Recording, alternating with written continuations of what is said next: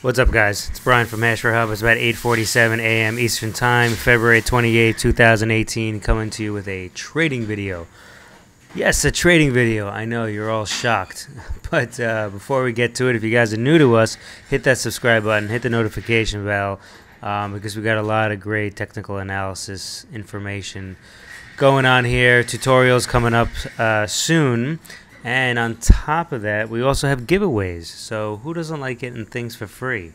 So our next giveaway is this weekend. So make sure you subscribe. Make sure you comment on the videos, like the videos. And down below as well is our Steemit and DTube links. So if you guys are not familiar with that, definitely get involved there. Links are down below.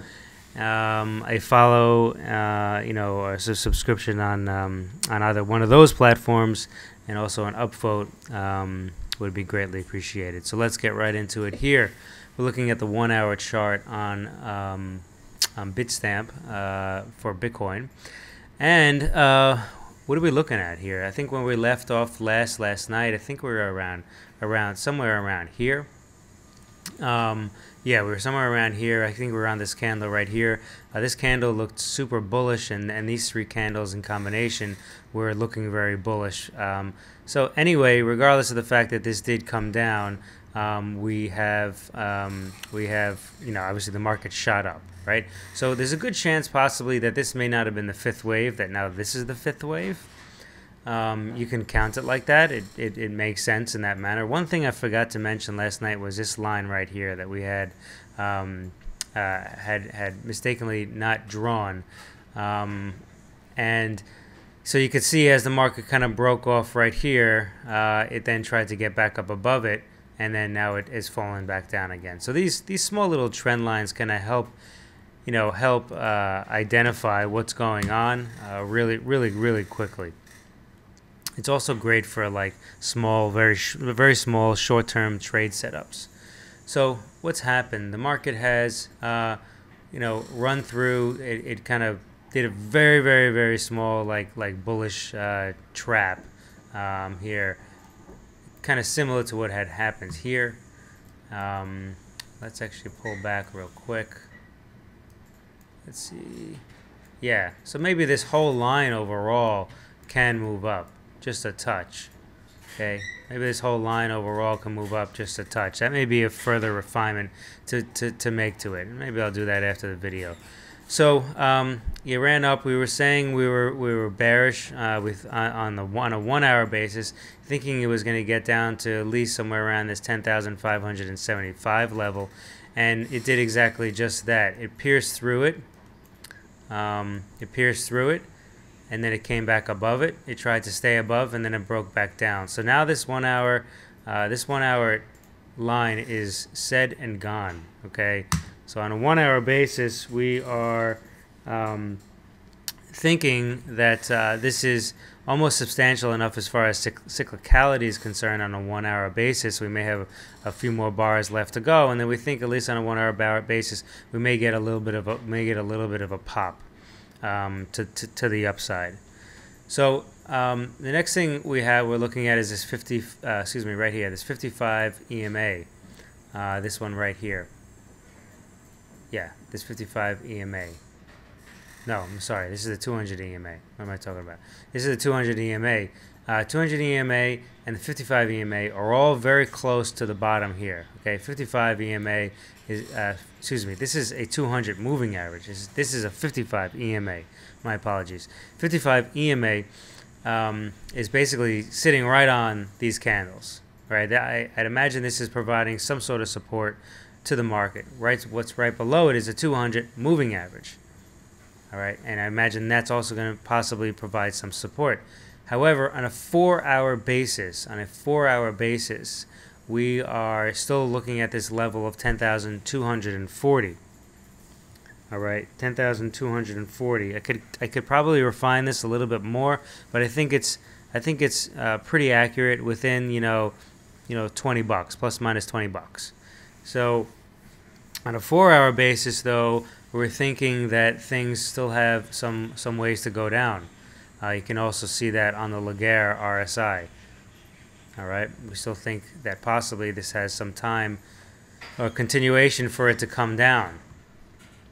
On a 1 hour basis, again, we think maybe in a few bars this may turn up again. We may get a little bit of a pop. On a 1 hour basis, also the RSI, notice the RSI has come down below this channel and it's kind of sitting at the bottom. Right? It's kind of sitting at the bottom right here. Stopped right here. This channel has been pretty good. I just can't just keep extending it over time. And so, you know, maybe it'll try to make a run back up to the top of the channel here. You know, we're going to have to see what happens in a few bars. One of the things I want to show is on a 6 hour basis, some of the candle formations. I mean, this is like a tweezer top right here. This is also a bearish engulfing. This shows that things are going to come down, right? Okay, this is also a dragonfly. All of this is showing there's some bearish sentiment to the market.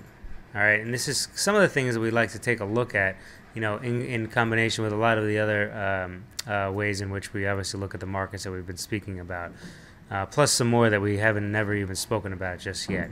So, you know, zooming back in to like a 4 hour basis.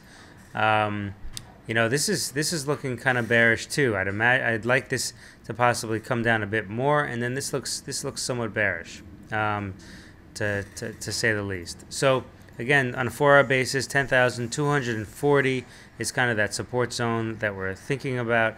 On a daily basis, 9,440.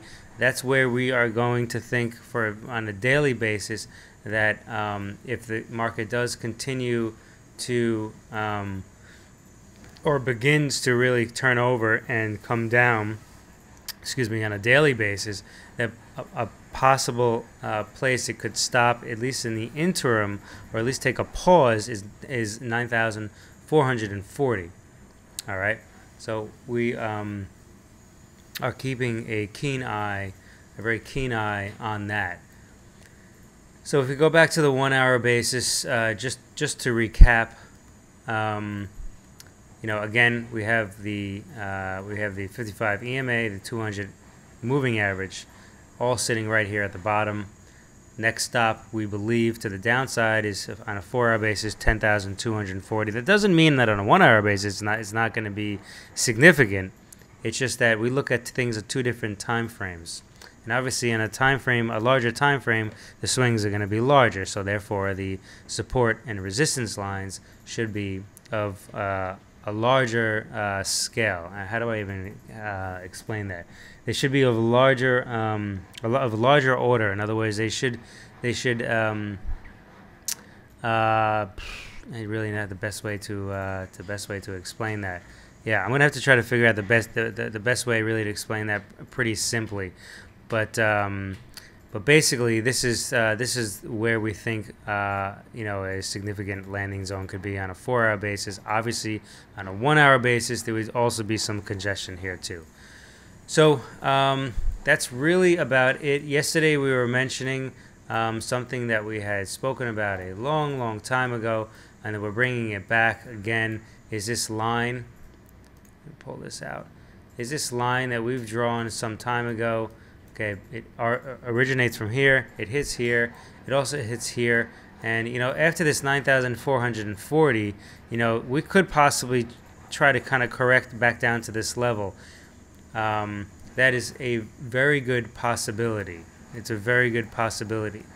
The what's happening right here is very difficult to say exactly what is happening. You know, I feel that the chances of us making a much higher run up here are kind of low. You know, kind of similar to what I was saying last night, that my gut instinct was telling me that this is too sharp. This is way too sharp, and there still is some indecision within the market because, you know, we shot up. Look, I mean, I'll repeat it again if you guys didn't see yesterday's video, but look how quickly this has shot up. Look how quickly this has shot up.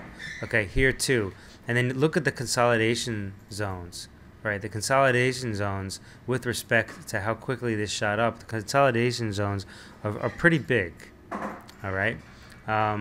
and so it just shoots up. It basically hits a plateau, and then it kind of goes sideways. Same thing here. Then it kind of goes sideways. We did it here, right? Pretty much one candle brought us up here, right? Pretty much one candle brought us up here, and now we're moving down. All right, so yeah, let's see what happens. Again, if this is to move back up again, we're going to be looking to see, some higher highs, some higher lows as well, some correction that comes back, maybe possibly test some level down here, and before it moves back up again. Don't get caught out. Don't be the dumb money. Don't get caught out and with FOMO. If this makes a huge, candle up, wait to see what happens. Okay, it will pull back. Wait to see what happens. Anyway, let's leave it there for right now. Have a great day and happy trading.